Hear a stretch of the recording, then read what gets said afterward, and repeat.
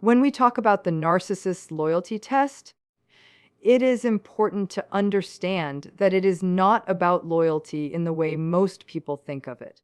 Loyalty in a healthy relationship is grounded in mutual trust, reciprocity, and a sense of shared values.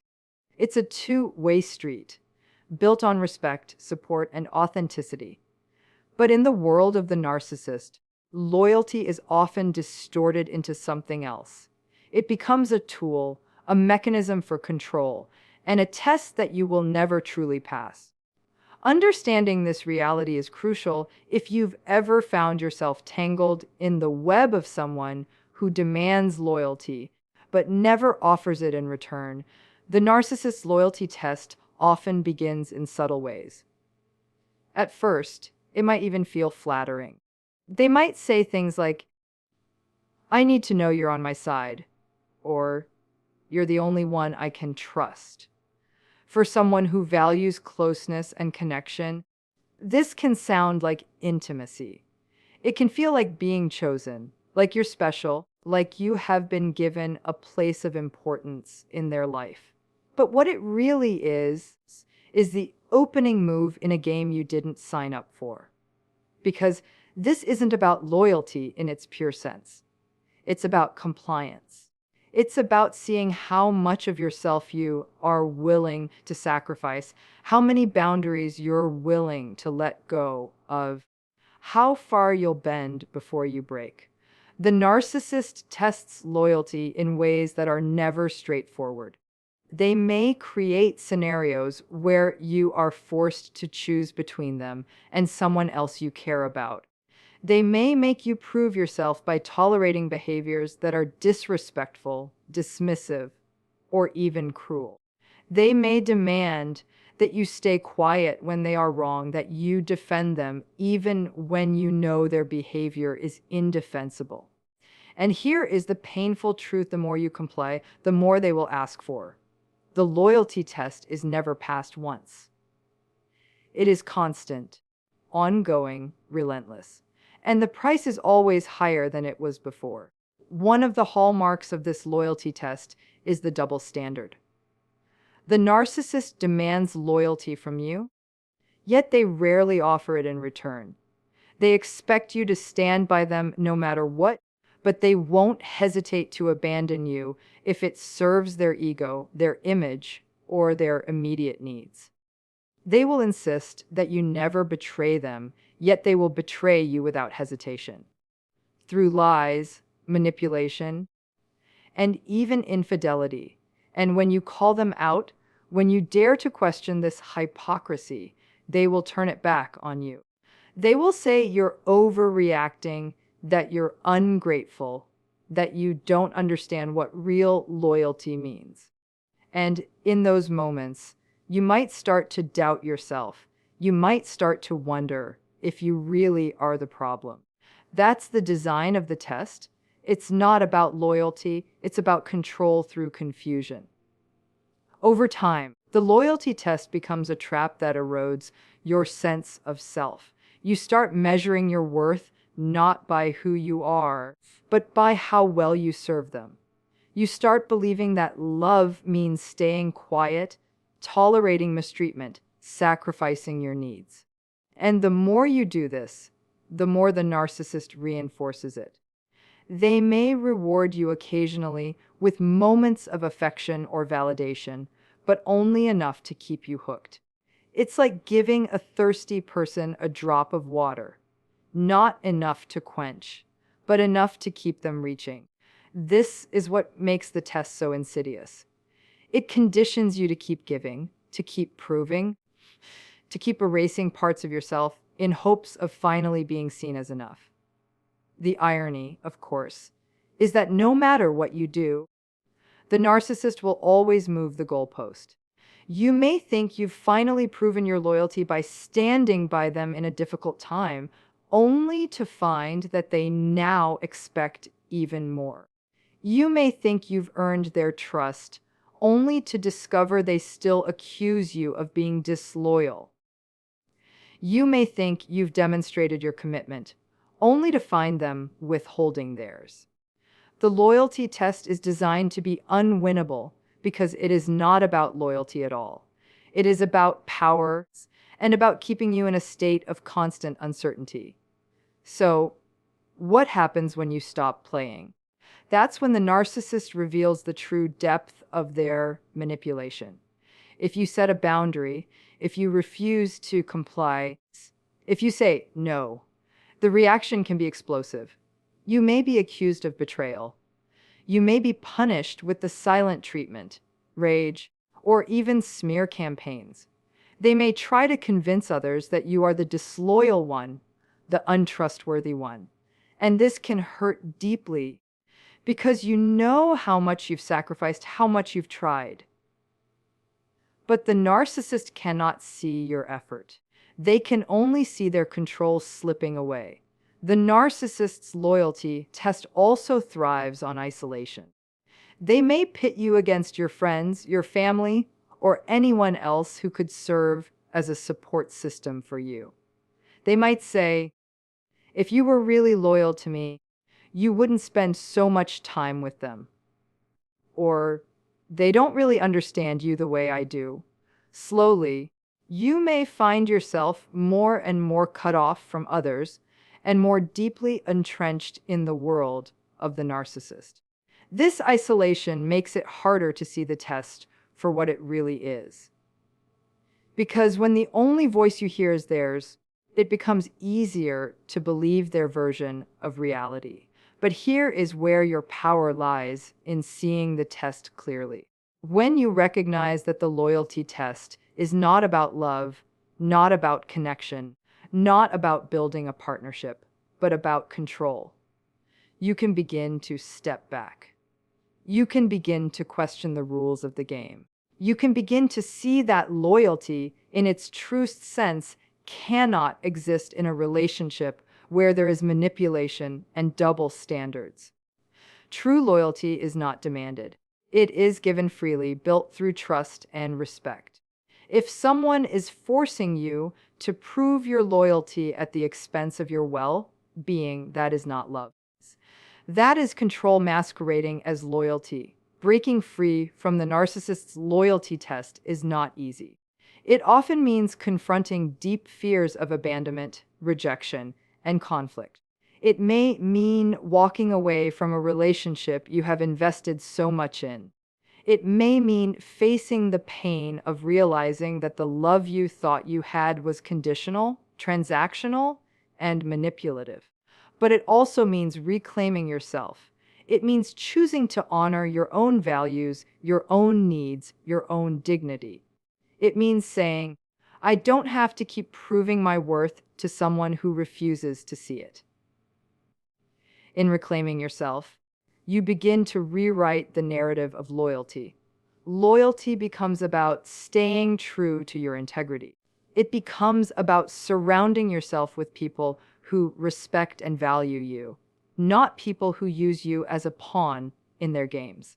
It becomes about choosing relationships that are reciprocal, where trust is mutual, and where love is not contingent on constant proof.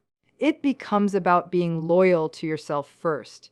Because when you are loyal to your own well-being, you can show up more authentically in every other relationship in your life.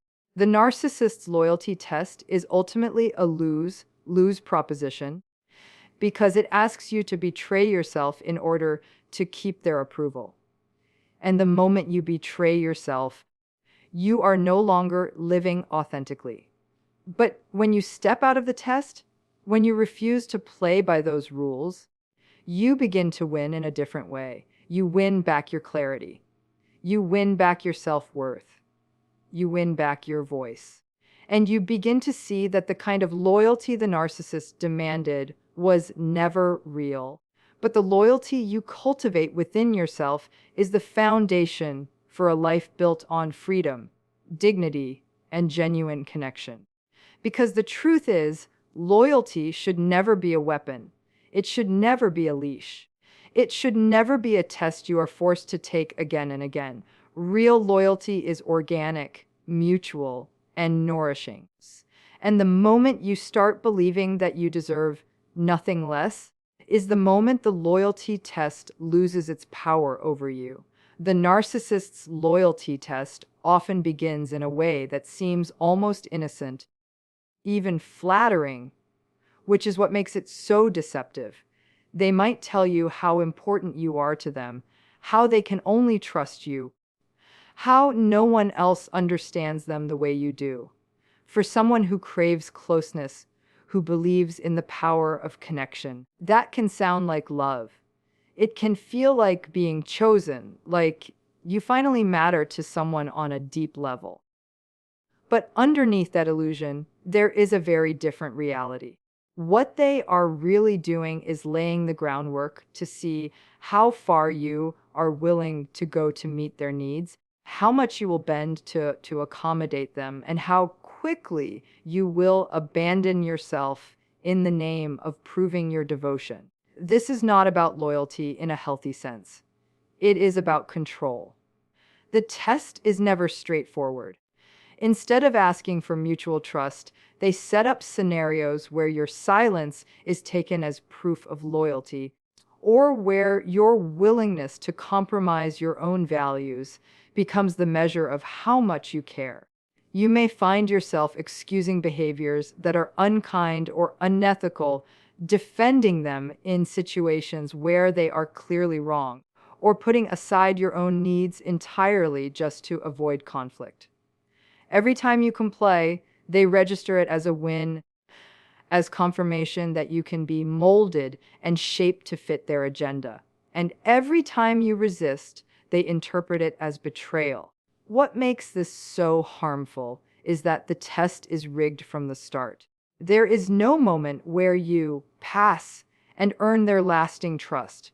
The loyalty test exists to keep you perpetually striving, perpetually doubting, perpetually giving more of yourself away. It is never about love. It is always about control. One of the clearest markers of the narcissist's loyalty test is the double standard that defines it. They demand absolute loyalty from you, often expecting you to prove it through silence, compliance, or unquestioned support. But they rarely, if ever, offer the same in return. You may find yourself defending them when they've hurt others, excusing their bad behavior, or standing by them through choices that compromise your own values. Yet when the roles are reversed, when you need their support, understanding, or trust, it is nowhere to be found. Instead, you are often met with criticism, dismissal, or outright betrayal. This imbalance leaves you carrying the weight of loyalty alone, while they continue taking without reciprocation. The double standard plays out in countless small ways that add up to a deeply destabilizing experience. You are expected to listen without judgment, but they rarely listen to you. You are expected to be faithful and dependable, while they may lie, manipulate, or keep their options open. You are expected to stand up for them when they are wrong, but if you make even a small mistake, they will magnify it, hold it against you, and sometimes even use it as proof of your supposed disloyalty. It becomes a no-win situation where you are always the one failing, no matter how hard you try. The most painful part of this double standard is the way it makes you question your own sense of fairness. You may start to wonder if your expectations of mutual respect are unreasonable, if perhaps loyalty really does mean accepting hypocrisy and imbalance. But the truth is, their version of loyalty is one-sided by design. It allows them to control the relationship while leaving you constantly trying to earn a kind of commitment that they never intend to give. The longer you are caught in the narcissist's loyalty test, the more it begins to chip away at who you are. What starts as small compromises eventually grows into a pattern of self-erasure. You may notice yourself staying quiet when you would normally speak up, tolerating disrespect that once would have been unacceptable, or even questioning your own judgment because their version of reality becomes louder than your own. Little by little, you stop recognizing yourself. The test is not just about loyalty, it is about reshaping your identity until it revolves entirely around them. This erosion is subtle but powerful. Each time you choose to protect their ego instead of honoring your truth, you lose a piece of yourself. Each time you defend them to others, even when you don't believe what you are saying, you sacrifice your integrity. Each time you put aside your own needs just to avoid conflict, you send yourself the message that your voice doesn't matter.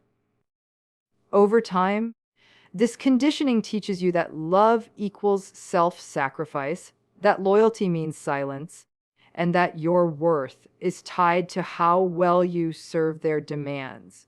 The more you give, the more they ask, and the cycle becomes endless. You may begin to feel isolated because your friends and family no longer recognize you, or because you've distanced yourself to maintain the illusion of loyalty to the narcissist. And in that isolation, the confusion deepens. You start wondering if maybe this is what relationships are supposed to be, if maybe the problem really is you. This is the destructive genius of the loyalty test. It convinces you to abandon yourself while believing you are proving your devotion. In the end, it's not loyalty that is being tested, but your ability to disappear for the sake of someone else's control.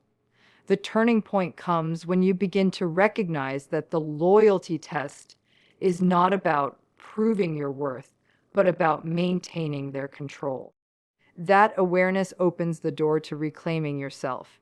Choosing to step out of the game is not easy, because it often means facing the fear of being accused of betrayal or abandonment.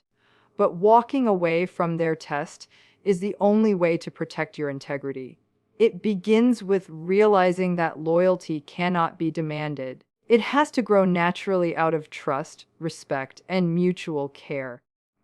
Anything else is not loyalty at all. It is coercion dressed up as devotion. Reclaiming yourself means honoring the voice you have silenced. It means reminding yourself that your needs, boundaries, and values are just as important as anyone else's. It means learning that saying no is not betrayal, it is self-respect. This shift may feel foreign at first, especially if you have spent a long time equating love with sacrifice. But slowly, you start to rebuild the truth that loyalty should be mutual, that it should never require you to lose yourself. As you reclaim yourself, you begin to redefine what loyalty really looks like. It becomes about staying true to your own values and surrounding yourself with people who honor them. It becomes about cultivating relationships where you are seen, heard, and respected. Most importantly, it becomes about being loyal to yourself first, because when you are grounded in your own worth, you can no longer be trapped by a test designed to keep you small. This is where real freedom begins, and where the hold of the narcissist's game finally starts to break. The narcissist's loyalty test is never about love, devotion, or genuine connection. It is about control, power, and keeping you off balance. What begins with flattery quickly turns into a pattern of manipulation, where loyalty is measured by how much of yourself you are willing to sacrifice and how quietly you will endure their double standards. The more you comply, the more they demand, until you find yourself erased, doubting your own reality, and mistaking self-betrayal for love. But once you see the test for what it is, you reclaim the power they worked so hard to take from you. You recognize that true loyalty cannot be forced or coerced, and it cannot thrive in an environment built on hypocrisy and fear. Real loyalty is mutual, respectful, and rooted in trust. It honors both people equally, and it never requires you to abandon your dignity. Walking away from the narcissist's test may feel like betrayal to them, but it is an act of profound loyalty to yourself. It is choosing freedom over control, clarity over confusion, and self-worth over self-erasure. And in that choice, you no longer remain trapped in their game. You step into the kind of life and relationships where loyalty is no longer a test, but a natural expression of love and respect.